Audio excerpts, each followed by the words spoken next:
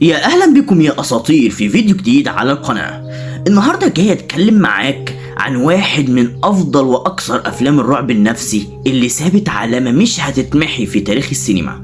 لان الفيلم ده مش مجرد رعب وحوش، لا، ده بيغوص جوه نفسية البشر وبيوريك قمة اليأس والخوف اللي ممكن يخليك تعمل حاجات مستحيل تتخيلها.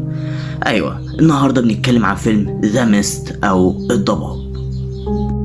فيلم مبني على قصة لملك الرعب ستيفن كينج، واللي كتير بيعتبروه من أقوى أفلام الرعب في العقدين اللي فاتوا. النهاردة مش بس هنحكي قصة الفيلم، لا، ده هندخل جوه عقول الشخصيات ونفهم إزاي الضغط النفسي الشديد ممكن يحول إنسان من شخص عادي لبطل أو لشخص خطير جدا. خصوصا تأثير الكارثة دي على بطلنا ديفيد درايتون وازاي قدر ياخد اصعب قرار في حياته، وكمان هنتكلم بعمق عن شخصية السيدة كارمودي واللي بتمثل الجانب المظلم من الايمان والخوف. يلا بينا نشوف ايه اللي مستنينا.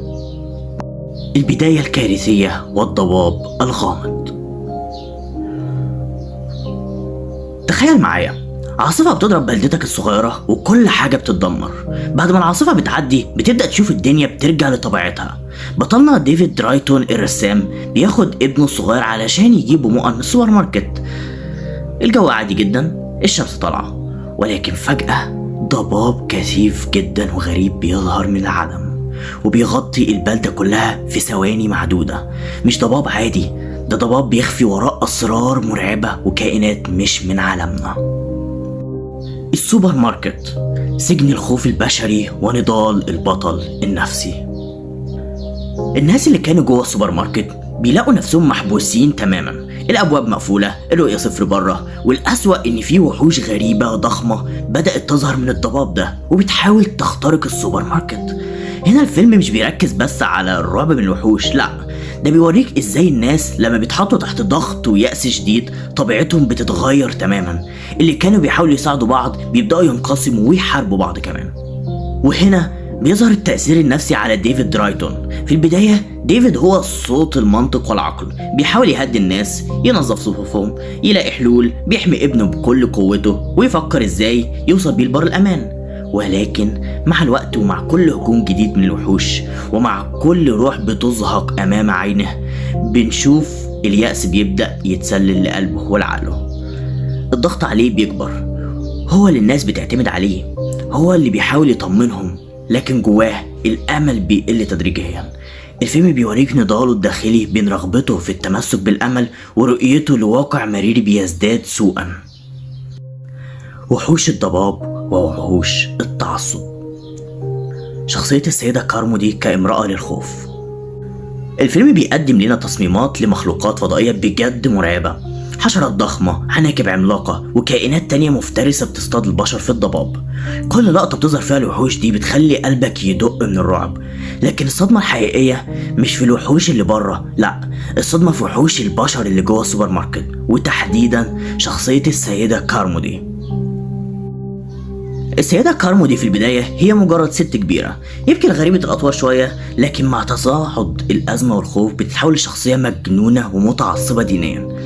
هي مش مجرد شخصية بتصدق الأفكار الغريبة، لا، هي بتستغل خوف ويأس الناس عشان تحول نفسها لزعيم الطائفة. بتبدأ تخطب في الناس وتقنعهم إن الضباب ده عقاب إلهي على خطاياهم، وإن الخلاص الوحيد هو تقديم تضحيات بشرية.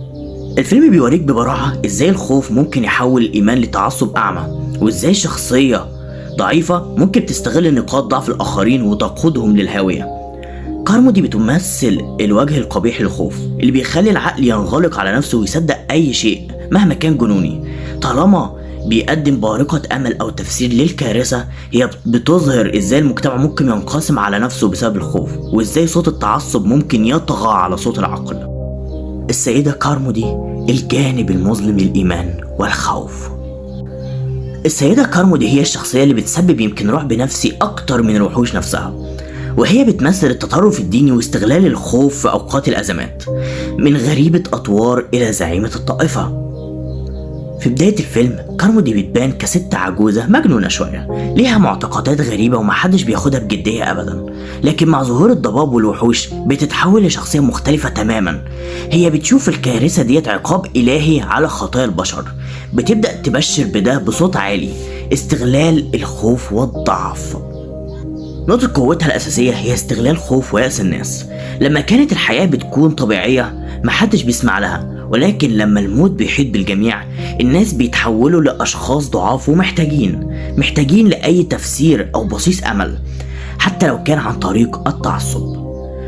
كارمودي بتستغل النقطة دي كويس، وبتستغلها بقمة البراعة، وبتلعب على أوتار الخوف من المجهول، وبتوعد بالخلاص الإلهي في مقابل الطاعة المطلقة والتضحيات.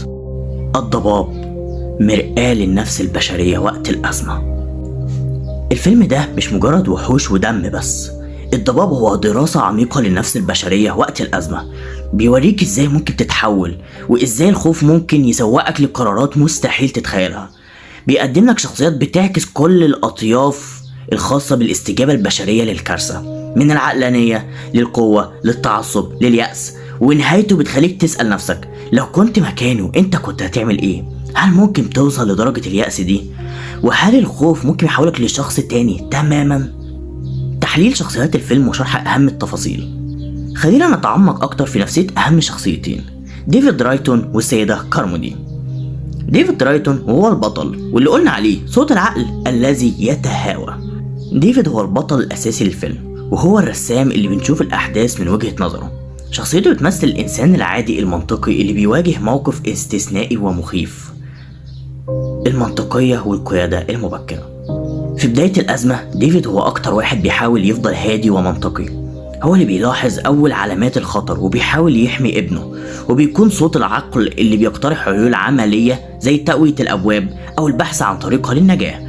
الناس بتشوف فيه القائد الطبيعي، وهو بيتحمل المسؤولية دي على كتافه.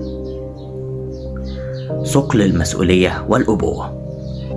أهم دافع لديفيد هو حماية ابنه بيلي. كل قرار بياخده وكل خطوة بيعملها بتكون من أجل ضمان سلامة ابنه. ثقل المسؤولية دي بيخليه يقاوم اليأس لأطول فترة ممكنة، بيحاول يطمن اللي حواليه حتى هو جواه خوف بيكبر. فقدانه لزوجته في بداية الأحداث بيخلي تعلق ابنه أكبر، وبيضيف طبقة من الحزن والوحدة على شخصيته. التآكل النفسي واليأس. مع استمرار الأزمة وتوالي الهجمات وانهيار النظام داخل السوبر ماركت، بنشوف ديفيد بيبدأ يتآكل نفسيا. الأمل عنده بيقل تدريجيا، كل محاولة للنجاة بتفشل، وكل بصيص أمل بيختفي، وده بيخليه يوصل لمرحلة من الإحباط العميق. وكانت شخصيته قوية جدا، لكن الضغط المتواصل بيخليه يتهاوى شيئا فشيئا. القرار الأخير الصادم. اللقطة الحاسمة في الفيلم هي النهاية. قرار ديفيد بقتل ابنه والمجموعة اللي معاه مش قرار إجرامي، لا بالعكس، ده هو كان قرار يأس مطلق. في اللحظة ديت هو كان شايف ان الموت على ايد الوحوش هو الأسوأ، وان الرحمة الوحيدة المتبقية هي انهاء معاناتهم بنفسه. هو بيعتبر ان ده اخر عمل ابوي ممكن يقدمه لابنه، اللي هو حمايته من الموت الابشع. الصدمة الكبرى بتيجي لما بيكتشف ان تضحيته كانت بلا قيمة، وده بيوصله لقمة الانهيار النفسي، وبيوريك ازاي البشر ممكن يتصرفوا تحت الضغط لما المنطق بيختفي تماما وبيحل محله اليأس. النهاية الصادمة والمؤلمة اللي عمرها ما هتطلع من دماغك. ديفيد ومجموعة صغيرة من الناجين بيقرروا ان السوبر ماركت ما بقاش امان، ولازم يخرجوا ويحاولوا يلاقوا اي مخرج. بيركبوا العربية وبيخرجوا للضباب المميت، وهنا بيوصل الصراع النفسي لذروته القصوى. ديفيد اللي كان بيتمسك بأي بصيص أمل، اللي كان بيقاوم اليأس طول الفيلم، بيوصل لنقطة اللا عودة. بعد ما بيخلص البنزين بيشوفوا ان الضباب لسه موجود، مفيش اي امل، ووحوش الضباب بدأت تحاوطهم. هنا ديفيد بياخد اصعب قرار ممكن اي انسان ياخده في حياته. الخوف على احبابه من الموت المفزع على ايد الوحوش بيخليه ينهي معاناتهم بنفسه. بيقتل كل اللي معاه بما فيه ابنه الصغير اللي كان محور حياته ومصدر امله الوحيد. بيستخدم آخر 4 رصاصات عنده وبيفضل هو لوحده، لكن بعد ثواني الجيش بيظهر، بيلاقوه وبينقذوه. وبيكتشف ان كل اللي عمله وكل التضحيات اللي قدمها كانت بلا اي لازمة. وهنا بيقول: حاولت انقذهم، لقد حاولت. الضباب بيبدأ ينحسر، الجيش بدأ يسيطر على الوضع. المشهد ده مؤلم لدرجة ان بيخليك تتجمد مكانك، بيوريك قمة اليأس والإحباط اللي ممكن توصل لها، بيوريك ان مرات أصعب القرارات اللي بناخدها في حياتنا بتكون مبنية على معلومات ناقصة أو يأس أعمى، ونتائجها ممكن تكون مدمرة بشكل لا يصدق. الفيلم بيقدم الشخصيتين دول كمرآة لردود الفعل البشرية في مواجهة المجهول. ديفيد بيمثل الصراع الداخلي للبطل اللي بيحاول التمسك بالمنطق والأمل حتى اللحظة الأخيرة، بينما السيدة كارمودي بتمثل الوجه المظلم للخوف والتعصب اللي بيدمر المجتمع من الداخل. الاتنين بيوروك ان الأزمة ممكن تطلع أسوأ ما فينا، وان الانهيار النفسي ممكن يكون ليه أشكال مختلفة ومأساوية. الكاريزما السلبية والتأثير على القطيع. رغم جنونها، كارمودي بتمتلك نوع من الكاريزما السلبية اللي بتخليها تجمع عدد لا بأس به من الأتباع حواليها. هي بتقدم إجابات بسيطة لأزمة معقدة وبتدين كل واحد بيخالفها، وده بيخليها تبدو وكأنها تمتلك الحقيقة. تأثيرها بيورينا إزاي ممكن البشر يتحولوا لقطيع بيتبع أفكار متطرفة لما يكونوا يائسين. الخطر الداخلي. السيدة كارمودي بتمثل الخطر الداخلي على البشر. هي بتخلي الناس بيقتلوا بعض وبيخالفوا المنطق وبيقدموا تضحيات بشرية في سبيل معتقدات غريبة. هي بتثبت ان أسوأ ما في البشر ممكن يظهر في اوقات الازمات، وان التعصب الاعمى ممكن يكون اخطر من اي وحش. موتها في الفيلم كان لحظة محورية بتبين انتصار بسيط للعقل، لكن مش بينهي سيطرة الخوف. وبكده نكون وصلنا لتحليلنا لفيلم ذا ميست، وازاي بيغوص جوه النفس البشرية وقت الكوارث، وفيه بيوريك ان الرعب الحقيقي ممكن يكون جاي من داخلنا احنا، مش من بس الوحوش اللي بره. يا ترى شفت الفيلم ده قبل كده؟ وايه اكتر مشهد علق معاك؟ وهل النهاية دي بالنسبة لك كانت اقوى نهاية لفيلم رعب ولا لا؟ وهل فعلا الخوف ممكن يسيطر ويغير البشر بالشكل ده؟ سيبوا لي رأيكم في الكومنتات تحت، لأن رأيكم يهمني جدا. ولو عجبك الفيديو ما تنساش تعمل لايك وتشترك في القناة لو لسه ما اشتركتش، وتفعل زر الجرس عشان يوصلك كل جديد بنزله. أشوفكم في الفيديو الجاي، سلام.